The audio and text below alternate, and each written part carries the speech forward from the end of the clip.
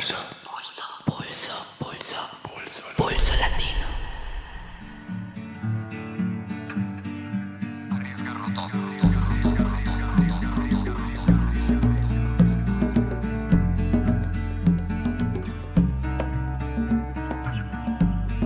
Salve, salve, galera! Eu sou a Marina e tô aqui hoje para anunciar mais um sorteio de um livro da nossa incrível parceira, a Editorial Elefante.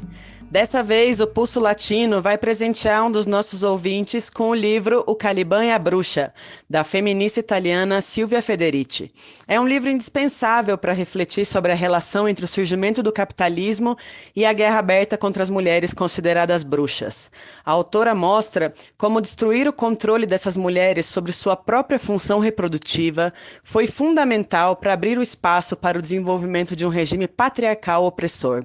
Se tu tá afim de participar e ganhar essa joia, tudo o que você tem que fazer é mandar uma mensagem pra gente nas nossas redes sociais ou também por e-mail com sugestões de temas para os nossos próximos episódios da temporada 2020. Bora participar e contribuir com esse lindo espaço latino-americano na podosfera, galera!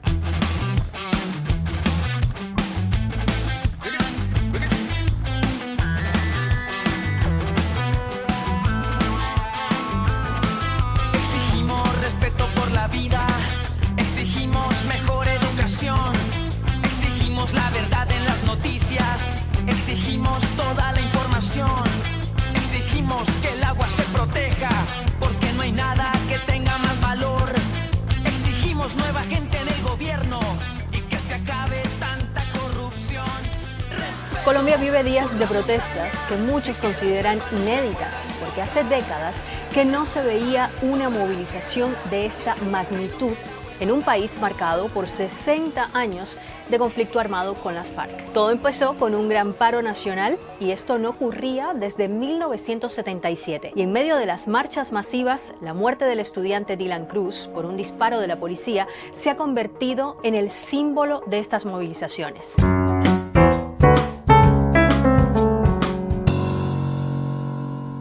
Começa agora mais um episódio de Pulso Latino, podcast com mais portunhol de toda a podosfera. Eu sou Antônio Ferreira e neste episódio trouxemos aqui uma equipe colombiana para nos ajudar a entender o que está passando por lá nas últimas semanas. E também para nos ajudar a compreender os grandes temas não resolvidos, os problemas de fundo e estruturais deste país, cuja realidade é tão pouco conhecida pelos brasileiros. E a equipe de hoje conta com Luz Ángela Rojas e também participa do nosso programa José Arenas. Olá, Luz! Olá, José! Antônio, boa noite, tudo bem? Oi!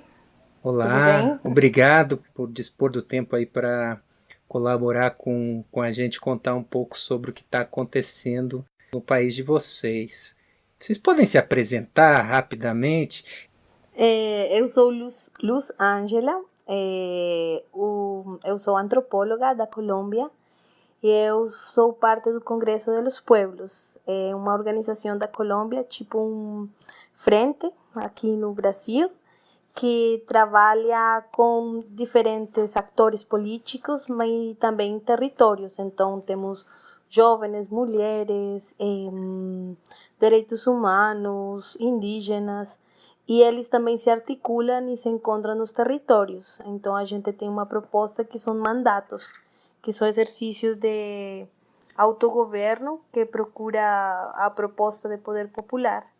Então aí eu comecei a trabalhar com os camponeses e esse ha sido o trabalho, um apoio, e agora impulsando o trabalho de congresso a nível internacional, porque achamos que a solidariedade entre os povos, além de ser um princípio ético, é uma necessidade estratégica nesses momentos de conjuntura e também de ascenso das direitas novamente na América Latina. Com certeza. E José, você, o que você está fazendo no Brasil? Conta um pouco aí do seu percurso. Antônio, obrigado pelo convite e um oi também na Luz Ángela, a colega minha da graduação, na época da Colômbia. Eu cheguei no Brasil para estudar, fazer minha pós-graduação, fiz o mestrado e o doutorado aqui. Agora voltei para dar aula. Minha área de trabalho especificamente é etnologia indígena, não só na Colômbia, mas no continente, no que nós chamamos de mundo ameríndio, de alguma forma, né? Mas sempre com um pé muito presente no que está acontecendo na política. Eu trabalhei em saúde coletiva com grupos étnicos por 5 anos antes de vir para cá. Então sempre estou com essa referência constante. Bacana, José. Pois bem, Luz, conta um pouco pra gente, né? Ao contrário das grandes manifestações no Chile, né, no mês de outubro, me parece que a divulgação sobre o que está ocorrendo nas últimas semanas, né, e a greve geral do dia 21 de novembro na Colômbia não foi tão grande, né, no Brasil. Mas houve um movimento pujante, forte, uma manifestação massiva, né, no dia 21, e para alguns até algo que não ocorria desde a década de 70, pelo menos essa informação que eu obtive lendo os jornais e a mídia alternativa também colombiana. Conta para mim o que está acontecendo na Colômbia, o que foi o 21 de novembro, essa greve geral, como que ela foi articulada. Pode contar aí os seus principais desdobramentos? Pode contar um pouco para a gente? A greve do 21, ela começou contra o que a gente chamou o paquetazo de Duque.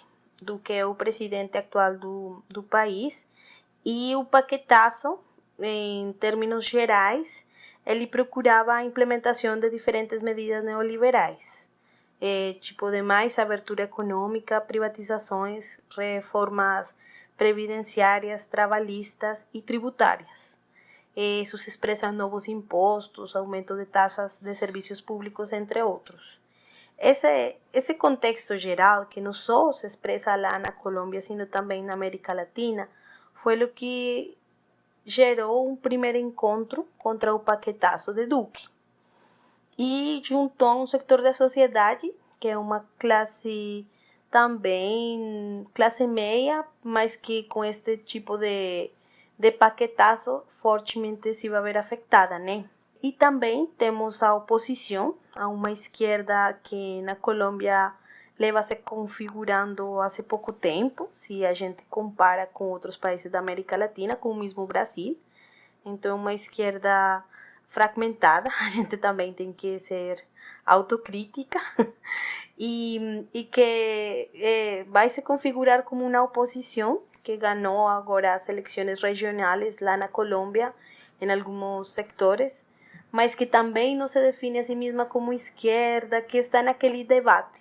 Mas esse setor que chamamos oposição se juntou com o paquetazo do Uribe falando principalmente de duas coisas. O respeito à implementação dos acordos de paz, que eles não han conseguido, o governo não ha respeitado, e todo o contrário, não han conseguido se implementar porque o governo ha criado todo um ambiente para não levar a cabo os acordos que se firmaram lá na Habana, e também o assassinato de líderes sociais, porque junto com a não implementação dos acordos vem um exercício que nós achamos que é de judicialização, criminalização das lideranças e também de assassinato de elas. E não é só a liderança que fez parte das Farc, sino é qualquer tipo de liderança comunal em uma cidade pequena. Então tem um impacto os indígenas, que disso também falará José, mas o nível e as cifras e o nível de assassinatos é uma taxa muito alta. E aí se junta nessa conjuntura do 21, e ninguém achava que ia se estender até hoje.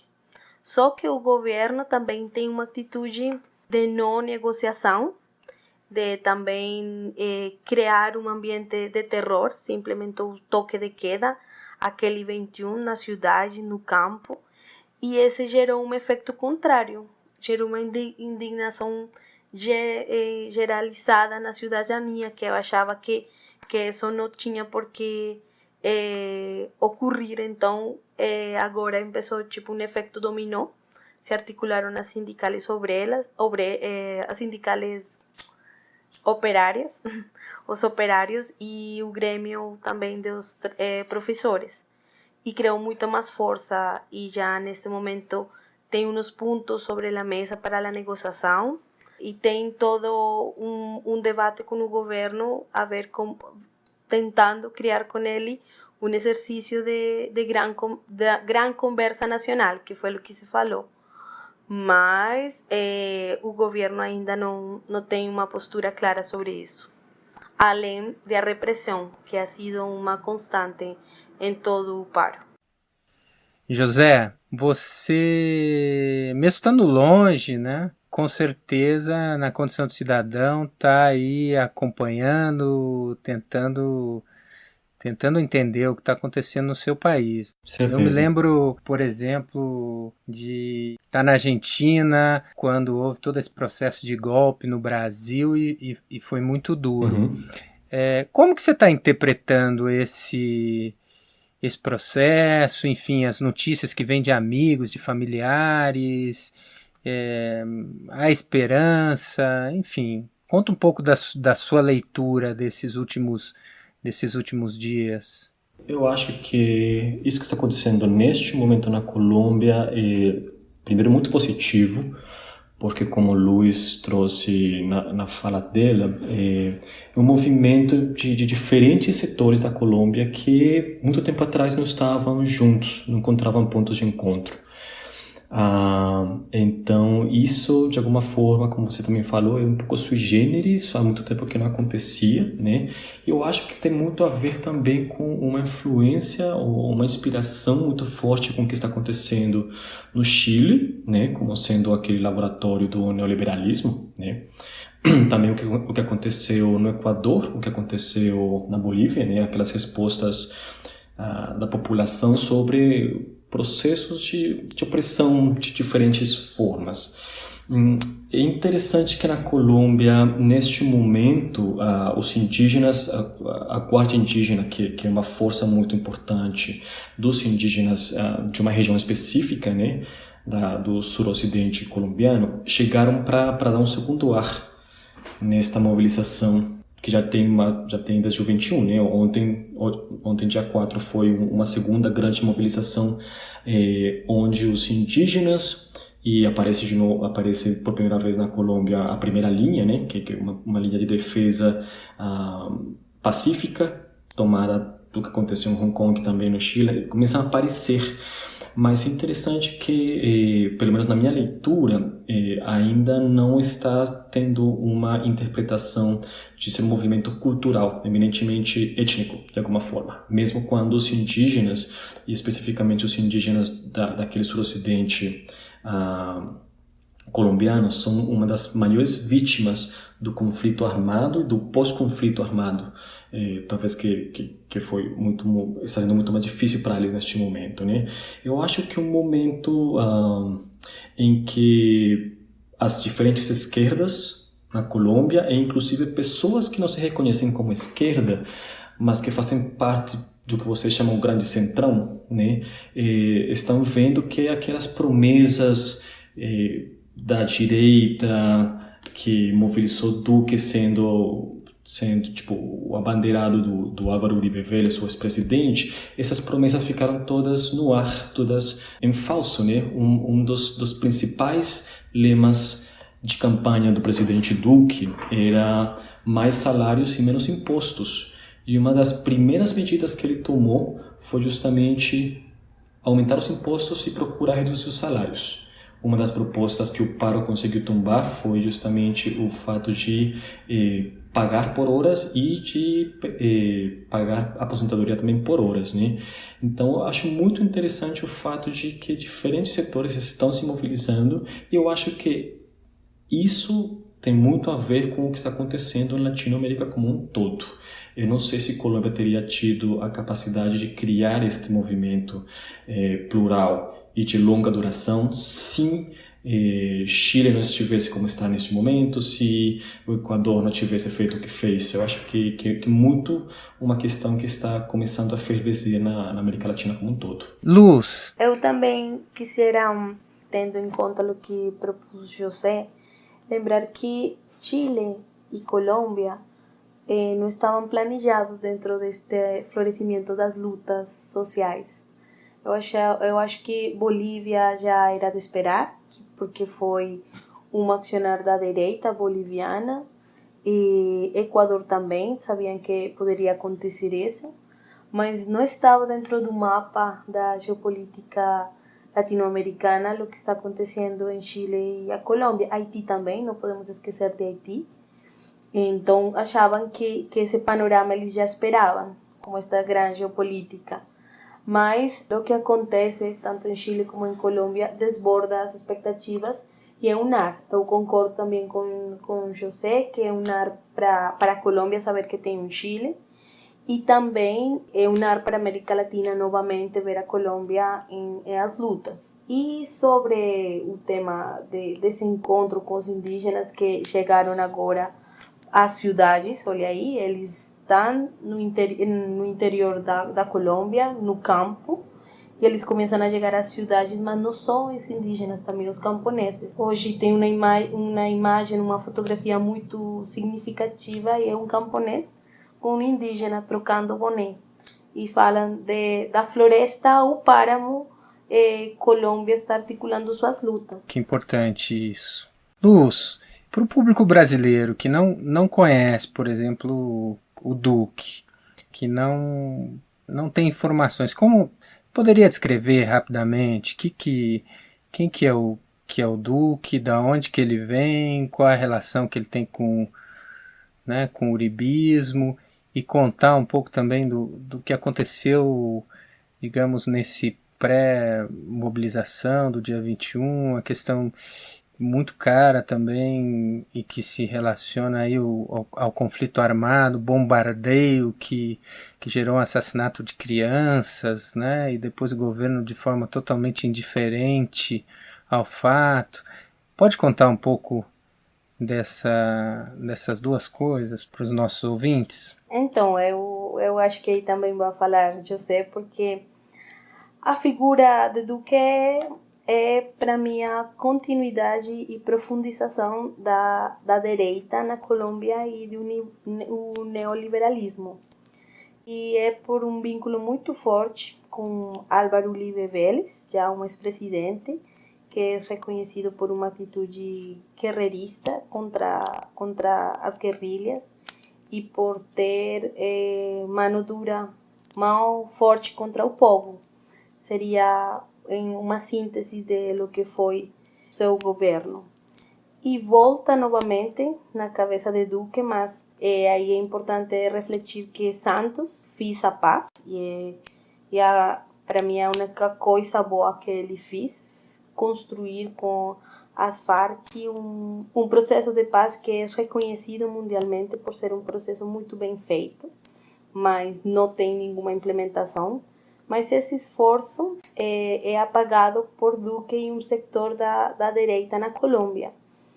Só que Duque, além disso, é uma figura que na mídia ele se expressa com...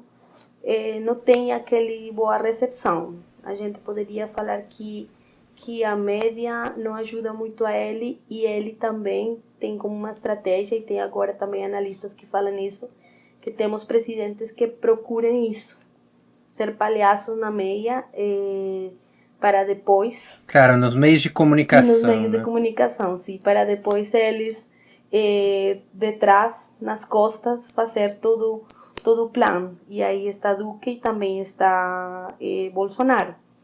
Então, essa mesma atitude para as pessoas aqui no Brasil, quando a gente faz essa pergunta, imagina que temos um Bolsonaro lá, porque é torpe em suas falas, não ajuda, não tem uma política internacional clara, não tem essas claridades. Porém, tem um projeto muito claro de desmonte da paz.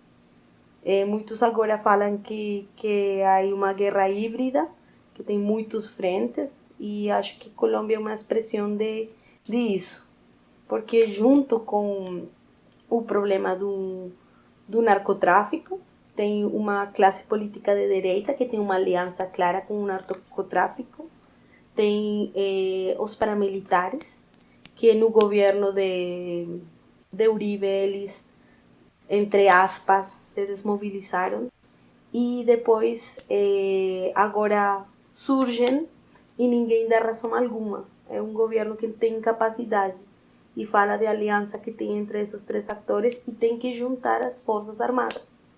Então temos 4 atores que vai se reconfigurar com a chegada de Duque, e isso se expressa, como você já falou, em assassinatos. Tem os dados de Indepaz, é uma ONG que trabalha todo o tema de direitos humanos lá na Colômbia, e só para o ano 2019, em julho, já tinha 155 mortes. Isso se expressa em ações de todo tipo.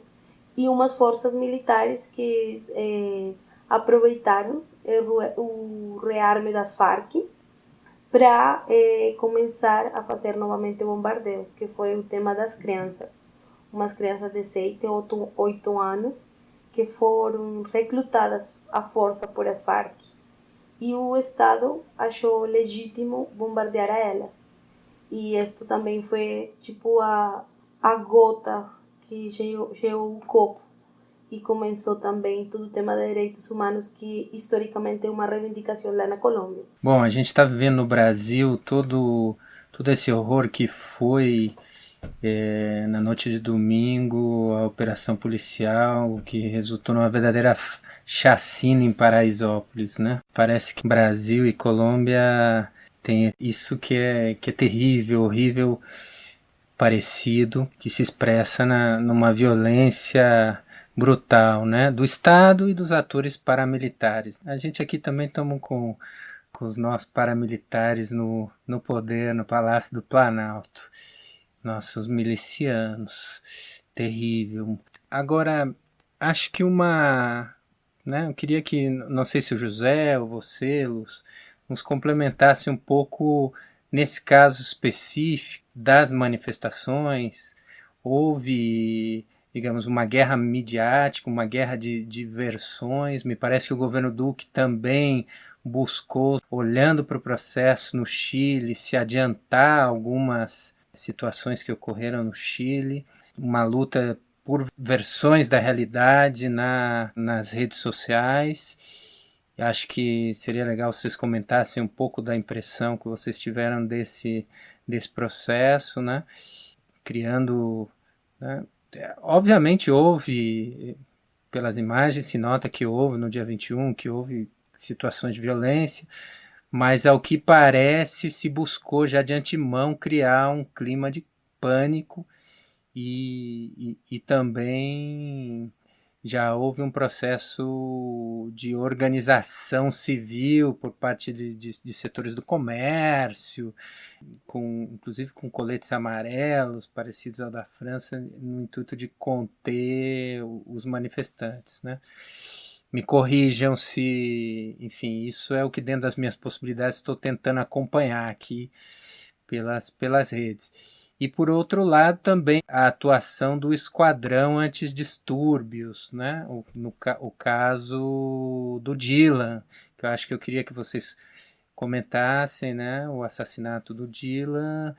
Pelo que eu vi, a perícia apontou o uso de uma escopeta com um tipo de bala que mistura tecido com um pedaço de chumbo, enfim. Um modo de operar dos esquadrões antidistúrbios altamente, digamos, antidemocrático, né? e violento. Como que foi? Acho que essas duas coisas, a questão, não sei aí quem topa, um pouquinho como vocês estão vendo o papel da cobertura midiática nesse caso e também essa questão da repressão. Bom, eu imagino que o Luiz também vai querer falar disso. Eu só queria falar uma questão muito pontual sobre isso. Eu acompanhei, obviamente, tudo de fora, né? Eu já estava aqui no Brasil. acompanhei nos chats da família, no WhatsApp da família, vendo as coisas da mídia, mas prévio a, como você apontou, Antônio, prévio à greve mesmo, né, já teve sim uma iniciativa muito bem mobilizada por parte do Estado de criminalizar qualquer tipo de manifestação que fosse contrária às ideias do governo, né? Muito diferente a manifestação que eles fizeram contra o governo de Santos há um par de anos, se não me engano, onde foi mobilizado pelos direitos e os valores da família e os valores, de alguma forma, dos bons cidadãos, né? Esta manifestação foi colocada na mídia como um perigo da balbúrdia, um perigo à propriedade privada, um perigo aos valores da cidade e sempre colocando o perigo ao vandalismo. Não sei se chegou a informação aqui no Brasil ou não, mas 2 dias prévios, ou 3, ou um dia prévio antes do 21 de novembro, Bogotá foi militarizada. Não simplesmente por polícia, mas por exército, né? Que é uma questão que não é muito comum quando vai ter uma manifestação. A gente que se manifesta, ou se manifestou, no meu caso, quando morava na Colômbia, quando a gente via exército nas ruas, sabia que a questão era grave, que a questão não ia estar tranquila.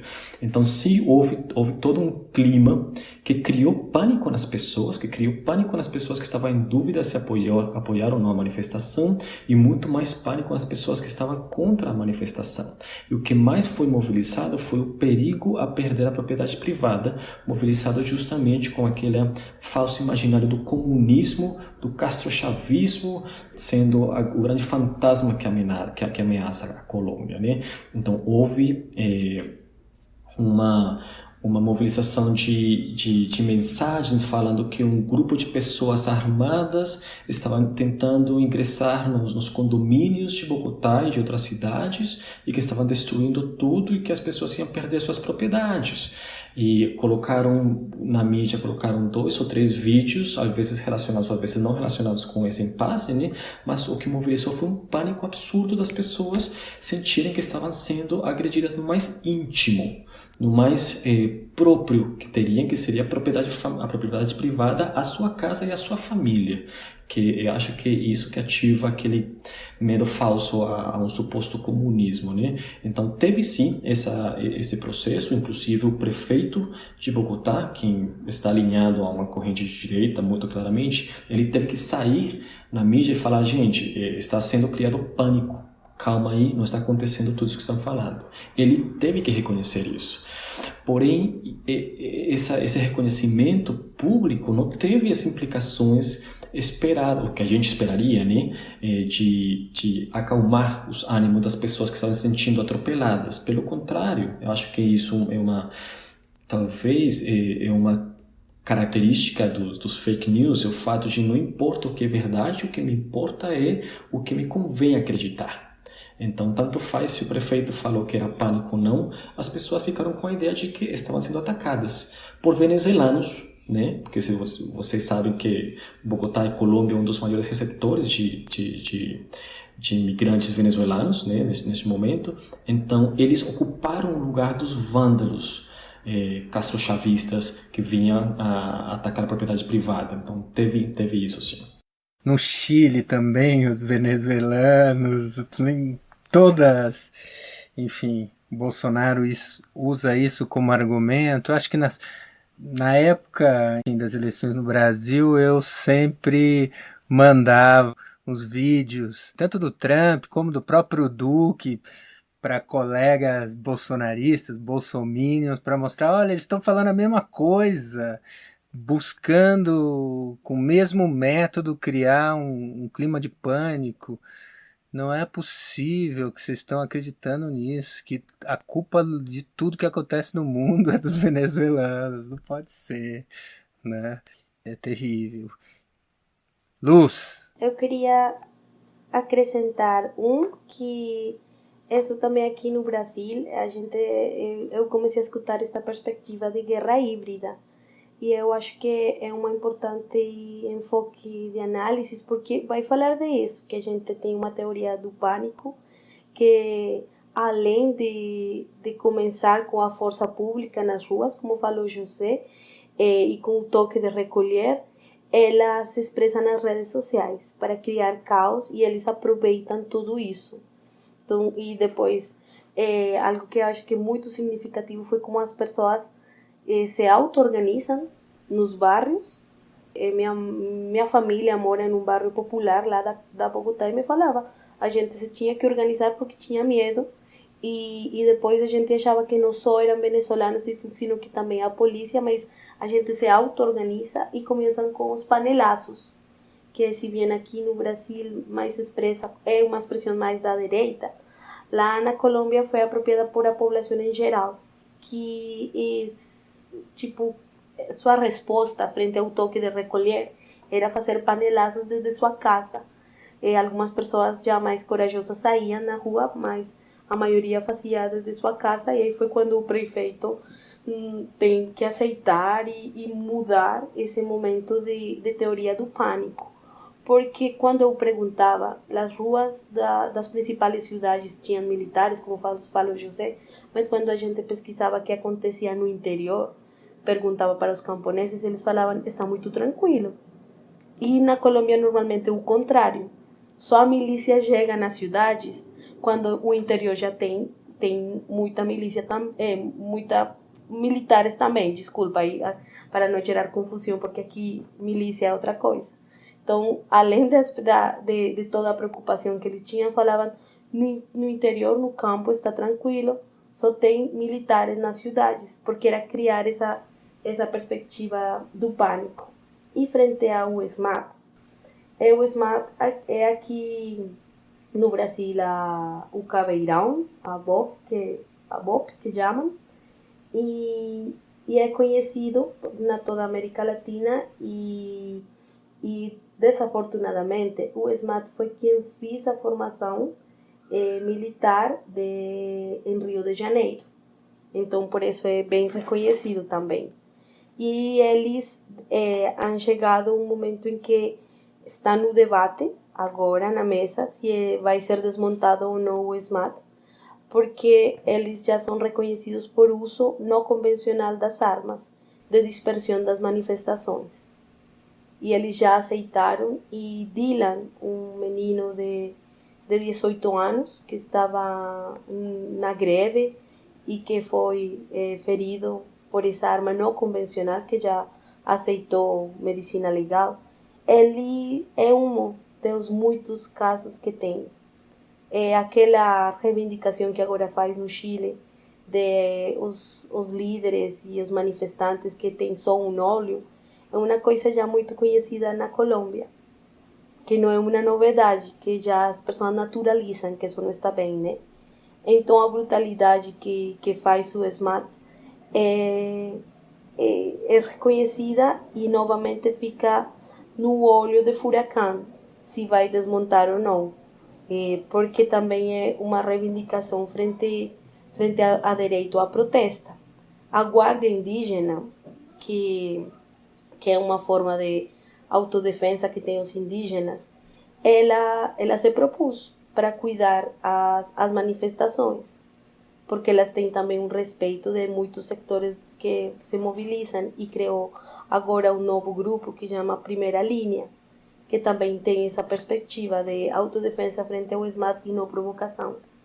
Então, é um debate que agora está em geral, e que por mais que os meios de comunicação fizeram crônicas de o SMAT que está ferido, falavam, é desproporcional falar de um polícia que tem todo um armamento, que resulta ferido, e um jovem ou mulheres que estão na rua protestando sem nada para se defender e vão mortos ou com feridas muito mais graves, de gravidade. Então, é uma avaliação que agora está na mesa de diálogo e que o governo, no momento, não está aceitando. Ele não vai desmobilizar o SMAT. Eu acho que essa manifestação e essa eclosão desse movimento, acho que como vocês já apontaram, está intrinsecamente relacionada com, além do paquetaço, o processo de paz no país. Durante muitos anos, talvez durante os últimos 50 anos, o exercício, digamos, democrático de reivindicações sindicais, de reivindicações cidadãs.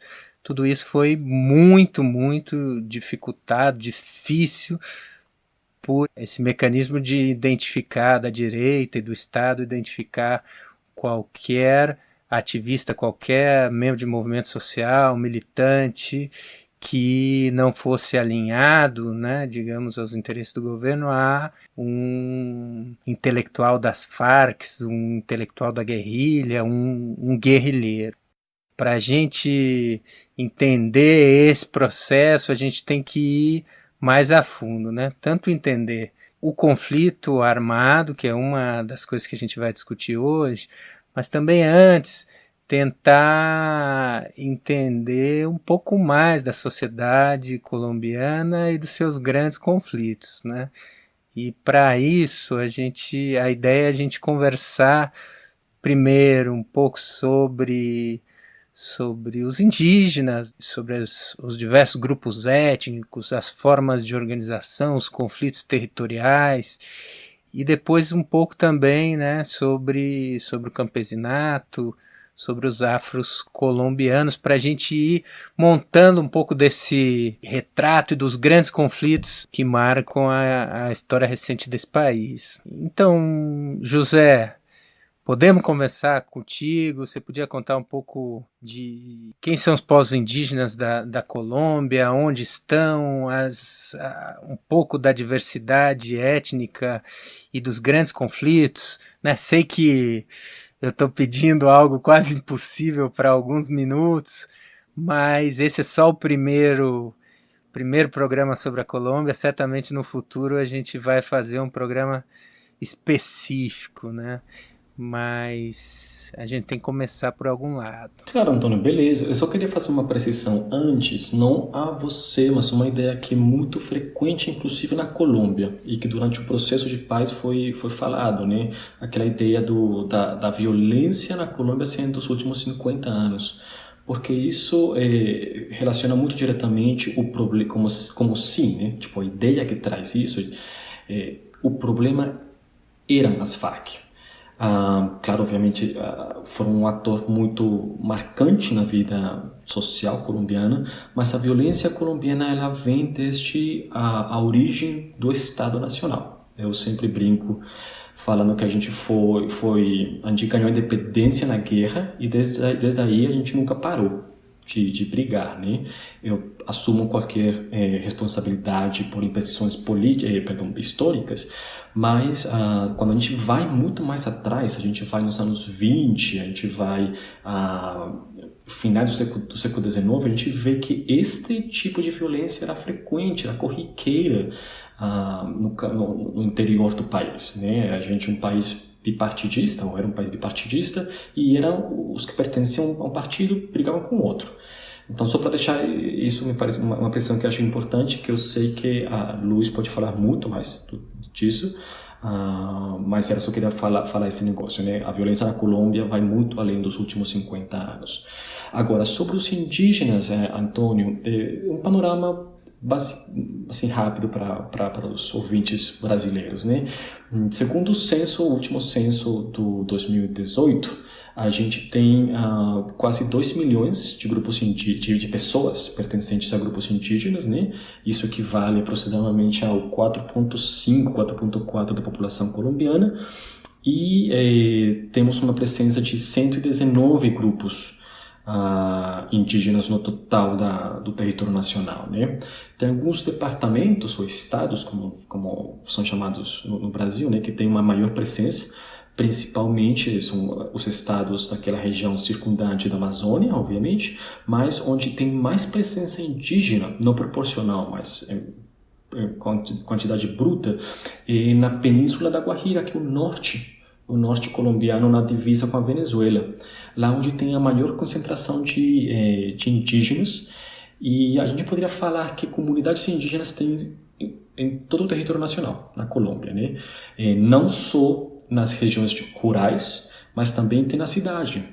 Bogotá, por exemplo, tem 2 dos seus grandes bairros, ou localidades, como a gente chama neste momento, elas foram, em um momento, eminentemente indígenas, foram povoados indígenas, que foram depois sendo preenchidos e migrantes de diferentes regiões, tanto de Bogotá quanto de outras regiões da Colômbia, foram chegando naquelas regiões que na época eram circundantes de Bogotá e foram crescendo, agora foram absorvidas pela capital, né? Então a gente tem grande presença nas principais capitais da Colômbia, temos presença indígena, mas claro, obviamente a maior parte deles estão na região rural. Temos alguns grupos que preferiram se isolar do Estado, né?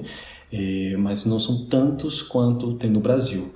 A grande maioria dos povos indígenas da Colômbia tem um contato relativo com o Estado Nacional. Eu acho que a ideia era discutir um pouco como se dá o conflito territorial, né? E conta um pouco também da sua pesquisa, o grupo que você pesquisou, enfim, a sua experiência como etnólogo. Acho que seria enriquecedor para a nossa conversa. Claro, Antônio, beleza, olha só. Tanto populações camponesas quanto populações indígenas sempre ficam no meio do conflito territorial, né, pelo controle territorial das vias de acesso e de saída do narcotráfico, e pelos deslocamentos forçados por fazendeiros, por exemplo, para ganharem pastos, né, para o gado. Então, as comunidades indígenas e as camponesas sempre estão no meio daquele conflito entre bandas criminosas, entre bandas de narcotráfico, entre o Estado e estas bandas, entre as guerrilhas e as milícias e os paramilitares. As comunidades indígenas e as camponesas sempre ficam no meio, porque justamente elas estão onde o Estado não faz presença, onde o Estado não faz controle e não se interessa por fazer controle direto, né? Faz controle via paramilitarismo, faz controle via milícias, justamente propiciando que os territórios sejam acumulados por algumas pessoas, sempre vinculadas com o poder bancário e com o poder político, né? E nesse meio, as populações indígenas veem seus territórios cada vez mais e mais ameaçados, não só pelo conflito direto também, mas também pelas iniciativas de mineração, por exemplo. É uma questão que está muito em voga neste momento e que foi um marco um pouco do meu processo de trabalho na Serra Nevada de Santa Marta com a população Arhuaca, né, que estava no momento de construção de um plano de salvaguarda, que, para contar basicamente assim rapidinho o que é o plano de salvaguarda, a Corte Constitucional ela obrigou ao Estado colombiano a dar um dinheiro para os indígenas para eles construírem um conjunto de ações encaminhadas a garantir a sua persistência cultural e física, justamente porque foi evidente que eles eram grandes vítimas do processo do conflito na Colômbia. Então, nesse contexto, um pouco para colaborar nesse contexto, eu cheguei no meu campo. A Serra Nevada de Santa Marta foi um dos lugares que, durante a guerra com os paramilitares no Caribe colombiano, eles sofreram bastante, né? Tem 4 grupos naquela região. Eles sofreram massacres, assédios, perdas, mutilação das pessoas, estupros das mulheres, né? Esse tipo de coisas que na guerra aparecem como corriqueiras e são naturalizadas. As comunidades indígenas são são vítimas desse processo, né? Então, elas, sem lugar a dúvida, as comunidades indígenas são talvez das principais vítimas do conflito territorial, pelo controle do território e pelo controle do uso das rotas e dos plantios ligados a cultivos ilícitos. Luz, você quer contar um pouco para a gente da sua experiência? Eu quero começar resgatando a perspectiva de José. Eu também me encontro que o conflito tem uma origem mais histórico e que também, às vezes, quando se fala que o conflito tem 50, 60 anos, se faz uma criação específica que a origem do conflito são as guerrilhas. E isso também temos que ajudar a quebrar essa perspectiva que a origem do conflito é as guerrilhas e não a mesma constituição do Estado. Sobre a origem do movimento camponês lá na Colômbia, ele tem também uma história desde 1942, em uma Colômbia que é principalmente rural.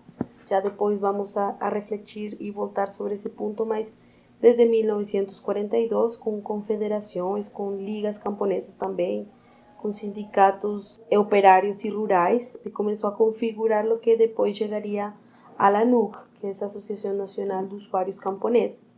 Ela foi fundada em 1967 e é a base para criar multitude de movimentos, não só camponeses, sino também, e aí poderia aprofundar, José, uma discussão com essa identidade indígena, que, por fortuna, depois de um tempo, eles acham que tem que ter outra percepção frente ao camponês, sobre a mesma concepção do território e criar um movimento indígena que na atualidade conhecemos.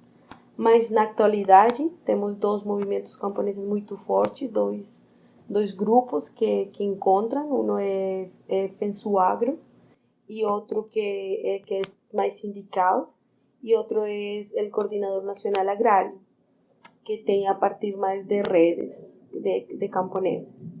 E estes dois se enfrentam, digamos que a uma política do Estado e a uma discussão muito forte por a reforma agrária, uma discussão que atraviesa não só Colômbia, sino América Latina, e além disso, o uso do território, novamente os projetos extrativistas.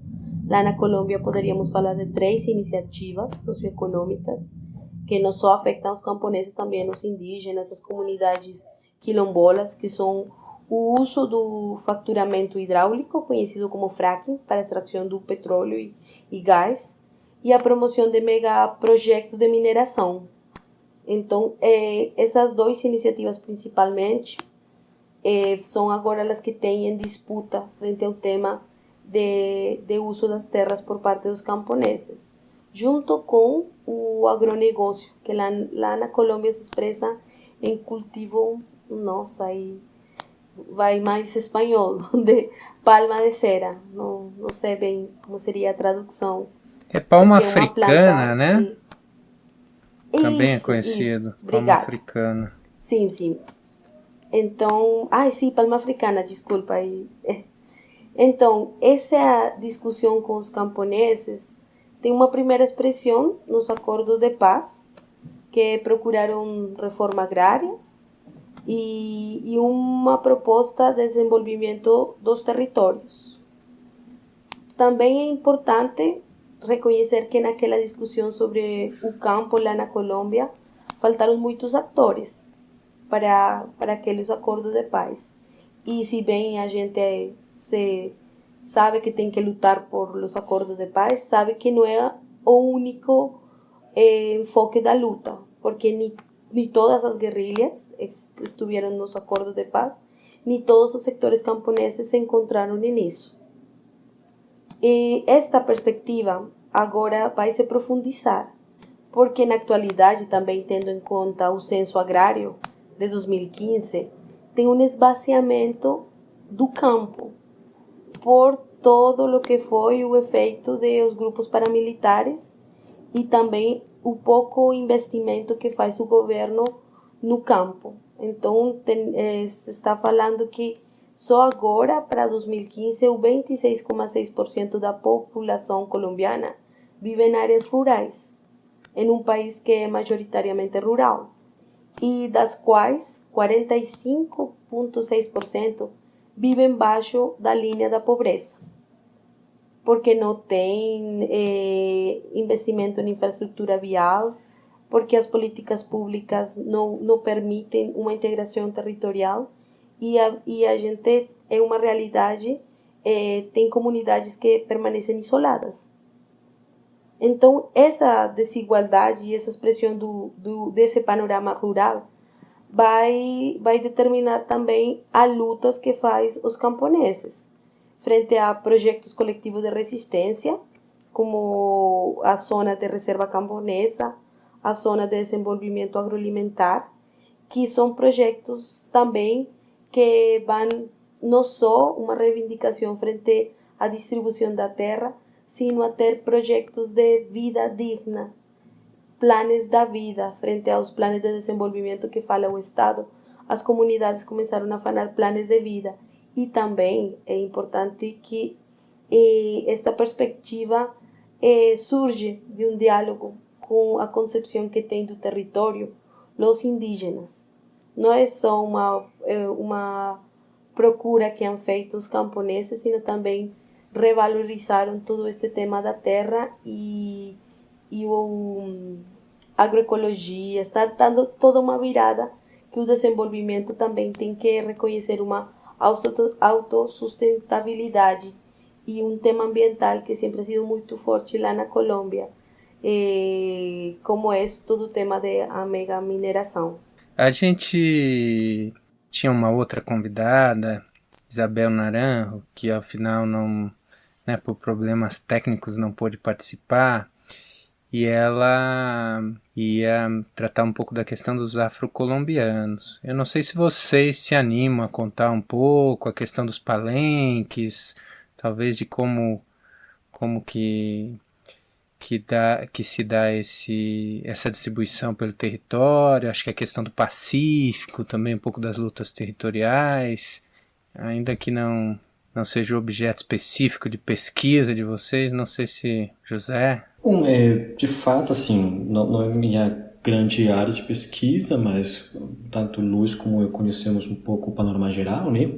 A gente pode, de novo, né, a população afro tem presença nacional, obviamente tem umas presenças focadas nas costas, né, na costa pacífica, costa caribe, mesmo quando na costa caribe aquela autoidentificação enquanto afro não é tão frequente como é o caso na costa pacífica, né?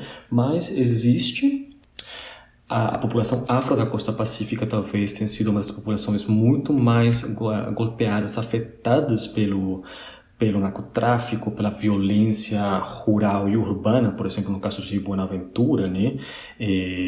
No caso das populações urbanas perto de Cali, né? São populações que uma vez chegam no setor urbano sempre se encaixam, muito similar às comunidades indígenas, sempre se encaixam na escala econômica mais baixa, né? com as maiores necessidades, com as maiores desigualdades, não só econômicas, mas também, né, o racismo implícito. Colômbia é um país muito racista, mesmo quando tem um pouco daquela ideia da democracia racial que vocês têm aqui no Brasil. Não colou tanto no imaginário colombiano, mas tem um pouco daquela ideia, né, da mestiçagem. Mas Colômbia é um país absurdamente racista, e isso reflete nas formas como a população afro se insere no setor rural, inclusive no setor urbano, né? Sempre, geralmente, não vamos falar que 100% assim, mas geralmente com dinâmicas de muita necessidade, de muita carência social, né? São altamente, tipo, no Pacífico, por exemplo, os jovens afro, eles são recrutados pelas forças armadas ilegais de ambos os bandos, né? E muitas vezes se encontram como única saída de vida entrar nesses bandos, né? O Estado não brinda mais ferramentas para elas e para eles do que você se vire e veja como vai ser sua vida. Então as bandas criminosas pelo menos dão outros elementos, né, que o Estado não dá. Eu diria que, por exemplo, no Pacífico são populações altamente afetadas por esses tipos de violências estruturais, né? Os casos dos palenques, temos diferentes palenques, os mais conhecidos estão na região... Explica pra gente o que é o palenque também. Bom, o palenque é muito similar à categoria de quilombo, né, que tem no Brasil. Então, não vou falar que exatamente é a mesma, mas basicamente os palenques foram conformados na época, assim, historicamente, né, na época da escravidão. Foram pessoas afro que fugiram, ou foram libertas, ou fugiram da escravidão e criaram seus povoados, né, sobre suas regras e continuando seus próprios usos e costumes, obviamente muitas vezes misturados, sendo pessoas que vêm de diferentes lugares, né. Palenque seria basicamente isso. Agora, a partir da Constituição Nacional de 1991, e foi reconhecida como grupo étnico igual que o caso dos indígenas, por exemplo, né? Então, a maior presença deles está de novo na área pacífica e na área caribe, que foram as principais áreas de ocupação afro pós-escravidão, né? No caso do surocidente da Colômbia, que é muito perto do Pacífico colombiano, tem uma presença muito grande, justamente porque foram regiões de cultivo de cana-de-açúcar. E como vocês muito bem sabem, no caso do Brasil, né, a cana-de-açúcar foi uma indústria mobilizada pela mão de obra escrava, eminentemente afro. Então, eu acho que esse seria um panorama bem essencialista, claro, mas pelo menos que dá alguns elementos. Não sei se os Então, imagino que sim, mas... eu acrescentaria, de pronto, falando de uma experiência que fizemos com a Rede de Irmandade e Solidariedade por Colômbia, que é uma organização social de europeus que são solidários com a Colômbia. E eles fizeram este ano uma caravana internacional que foi feita no Chocó. Chocó é um estado da Colômbia, que é dos estados mais pobres e que tem um maior número de população afro, população negra lá na Colômbia. E a caravana que vai reafirmar muitas coisas delas que já falou José. Primeiro, uma situação de isolamento das comunidades. Não tem investimento do Estado de nenhum tipo. E isso faz que a presença estados paralelos, seja a única presença que eles têm. Então, falavam que na caravana foi médicos, advogados e internacionalistas também foram aqui do Brasil. E eles ficavam surpresos de ver tudo o que acontecia. Porque as vias principais são as vias fluviais, não tem rodovia, não tem estrada. E as condições de pobreza são estruturais, não tem acesso à água, é bem complexo. Além de que as guerrilhas, especialmente o Exército de Libertação Nacional, que é a outra guerrilha que não sentou com o governo para fazer diálogo, tem uma presença como se ela fosse um governo. Então, essas pessoas falavam que eles organizam para ter acesso a algumas brigadas de saúde, que eles são quem faz o controle dos aspectos jurídicos das comunidades, ajudam para ter escolas. Então, esse isolamento que se vive no Chocó é uma expressão de as comunidades como ficam sem muitas saídas. E também como tem a deslocalização forçada, onde as comunidades afro são as primeiras no listado de deslocação forçada para centros urbanos onde não tem muitas possibilidades. E o controle, olha que o Chocó é também um departamento, um município onde tem muito controle os paramilitares, as milícias, junto com o narcotráfico, porque é a saída para Panamá e o controle do Mar Pacífico, do Oceano Pacífico. Então, essa situação que fala José se vê expressada em um lugar como el Chocó. Legal, Luz, legal. Acho que a gente poderia já passando, digamos, para a terceira e última parte, né? Depois desse panorama bacana que traz digamos, a realidade do território e dos diversos grupos étnicos na Colômbia, né? A gente podia tentar aprofundar um pouco mais na questão do processo de paz. Eu acho que da fala, seja sobre os povos indígenas, os campesinos, as comunidades afrocolombianas, uma das coisas que dá para perceber que a questão territorial da luta pela terra é algo, digamos, essencial e que do conjunto de deslocamentos forçados, de violência também, muito se dá pelos os diversos interesses envolvidos pelo controle da terra, né?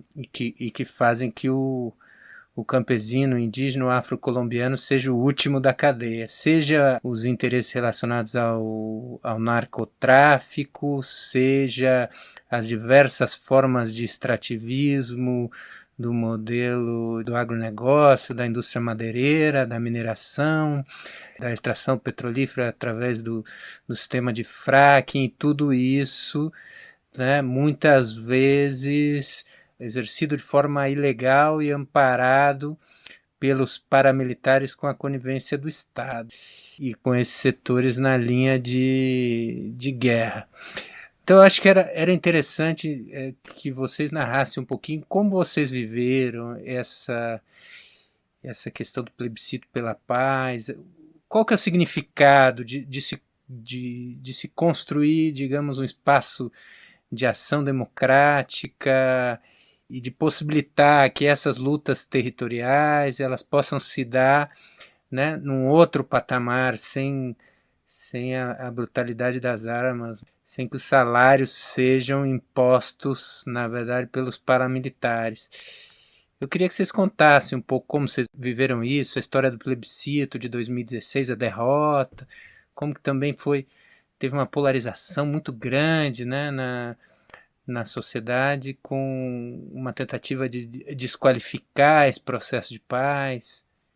Enfim, um relato de como vocês veem e qual a necessidade e as contradições desse processo.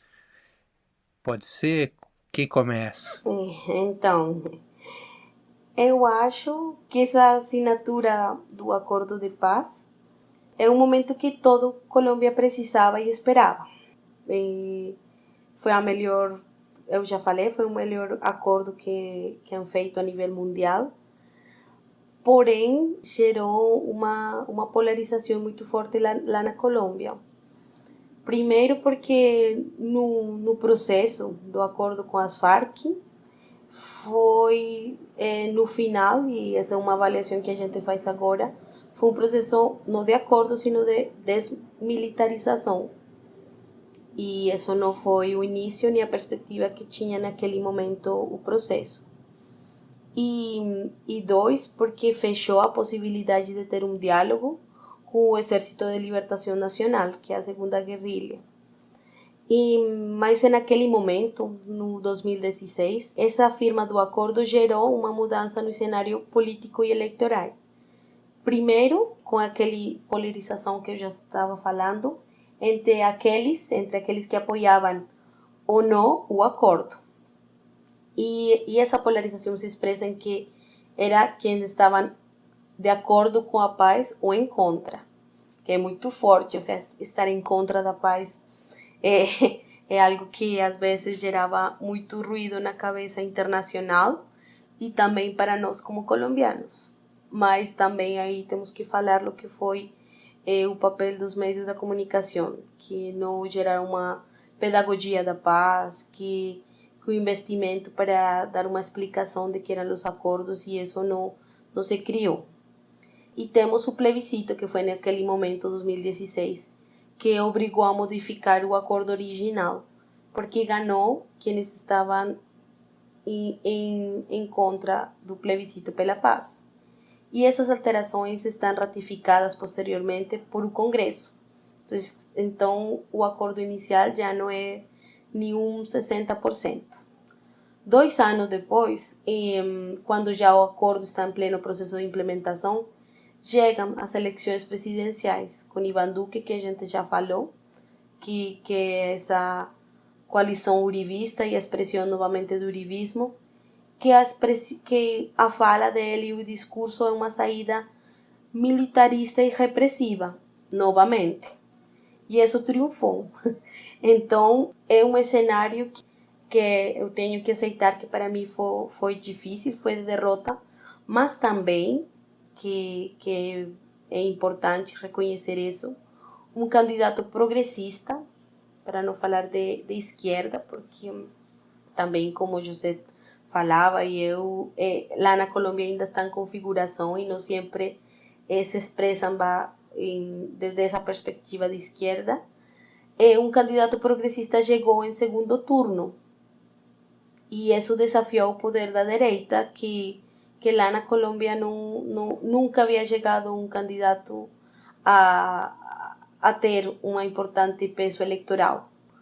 Tanto que, além de falar que a culpa de todo o que acontece lá na Colômbia é do castrochavismo e do Foro de São Paulo, porque também já he escutado isso nas notícias, se fala que a culpa de Petro, que foi o candidato.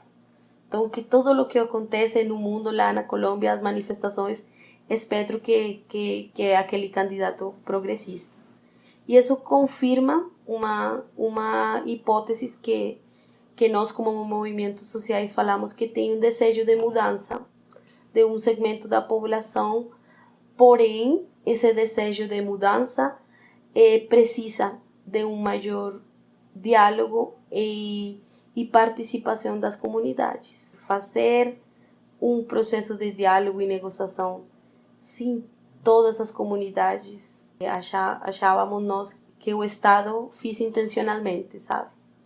Então, esse foi naquele momento.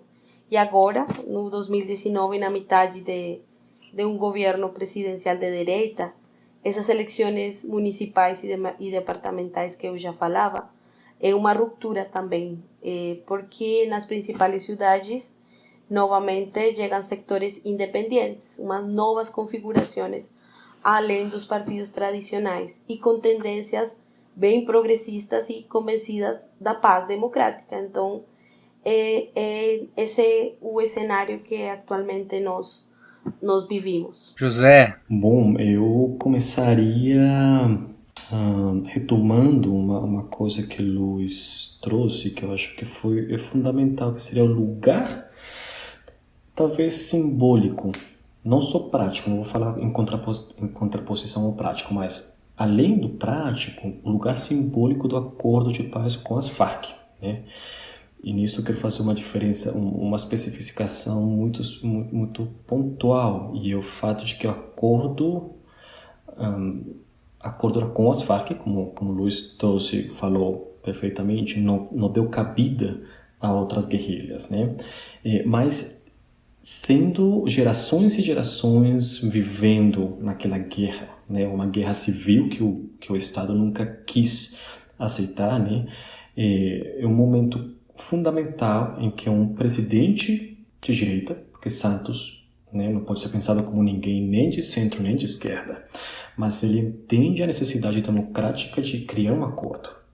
E as guerrilhas, pelo menos as Farc, né, entende o desgaste militar que tem e, de alguma forma, a ineficiência da posição de luta deles. Eles identificam que não vai por aí, né? Temos que fazer outra coisa. E isso está muito relacionado também com outro processo de acordo que foi feito pelas Farc também com outras guerrilhas nos 80s, que isso criou uma força política muito importante, seria a União Patriótica, né, a UP, com grandes líderes muito importantes que chegaram ao governo no sentido de foram senadores, né, mas que foram assassinados pelo aparato estatal. Então, de alguma forma, este acordo, sendo um grande acordo de paz, ele criava uma esperança nos colombianos, criou uma esperança para a gente, né? E como a Luz trouxe também para a gente, é um acordo muito bem feito. O grande problema, ou talvez dois grandes problemas, o primeiro é que nós, colombianas e colombianos, não temos o hábito realmente de ler as coisas.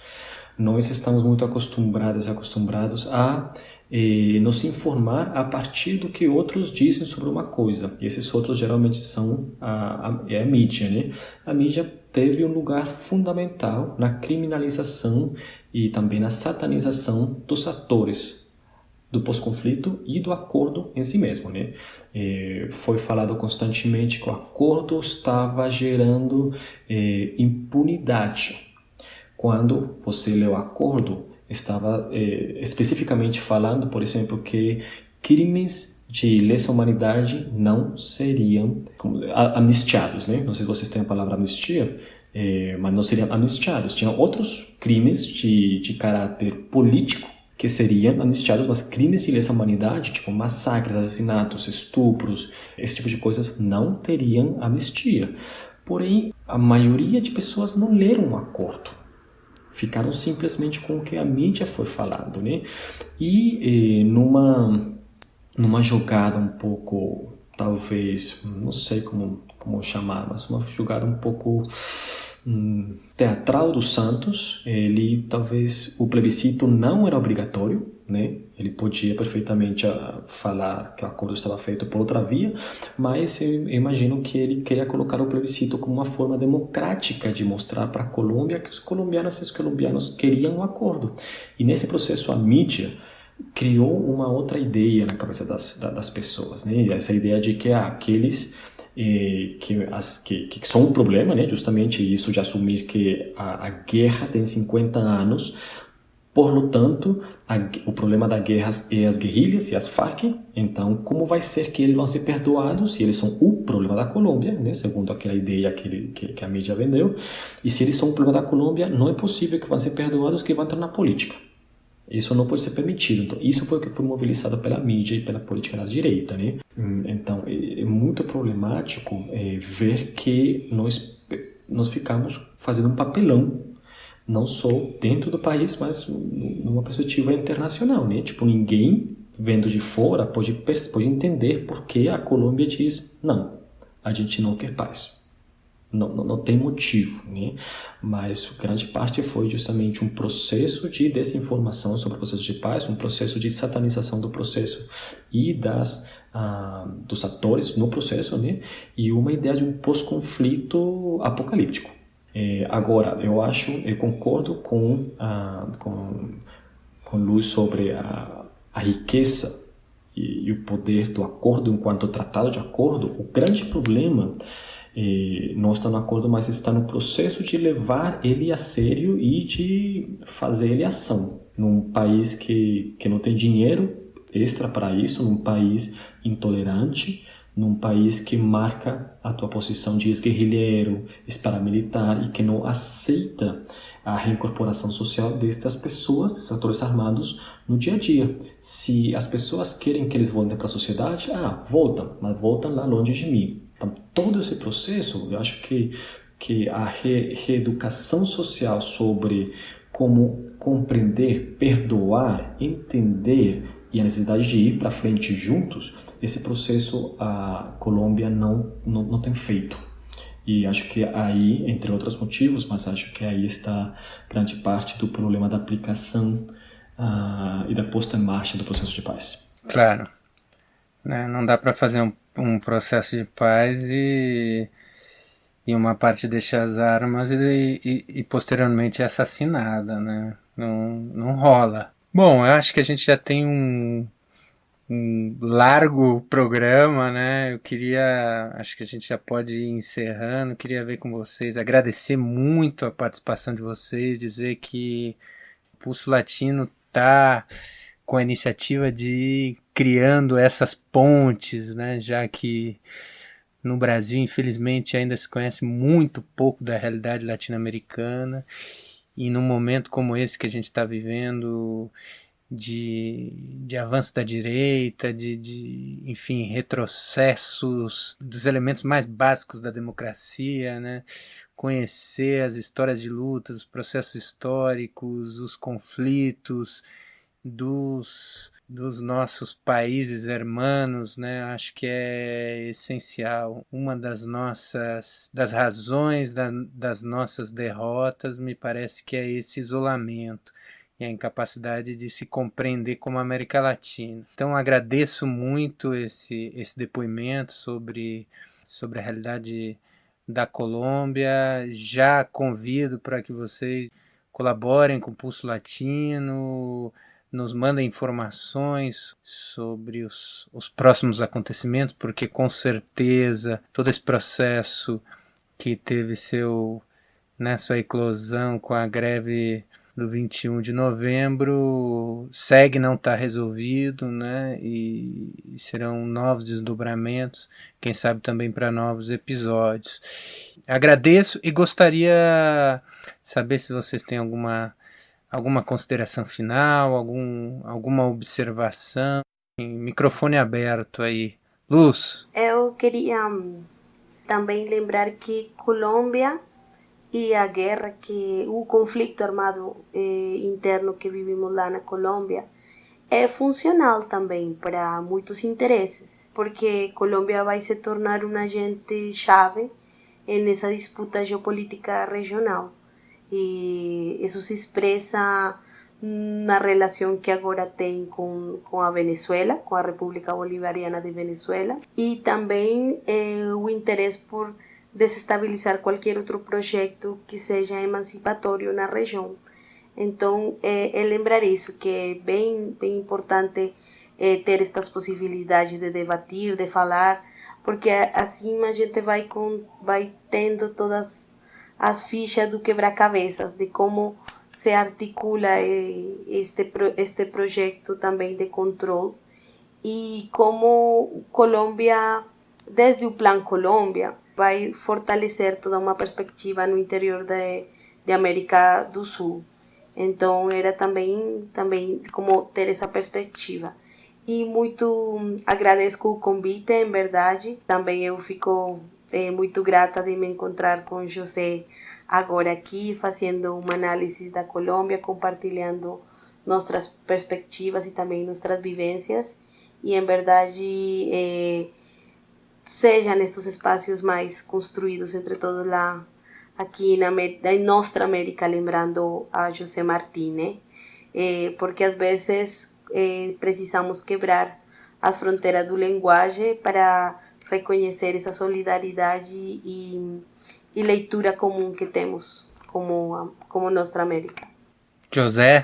Sim, Antônio, eu acho que aquelas últimas palavras da análise da Luz estão super acertadas, né?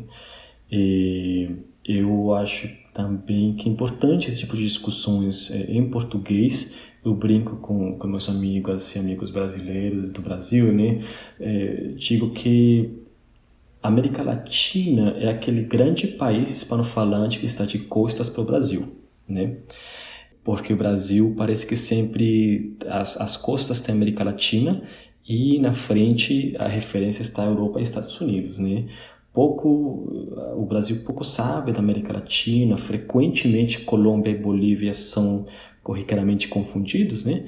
Isso diz muito sobre uma forma de geopolítica que está na cabeça das pessoas, com o que tão latinas se sentem as pessoas do Brasil, né? É muito importante. Eu só quero agradecer a Antônio pelo convite, agradecer muito a Luzângela por compartilhar comigo. É muito bacana, né, reencontrá-la depois de quanto, Luzângela? 19 anos? Basicamente, né, que a gente se conheceu há tanto tempo. Não faz contas, só por agradeço. favor. Eu agradeço esta oportunidade. Que bom. Então, um grande abraço para vocês. Encerramos mais um episódio de Pulso Latino.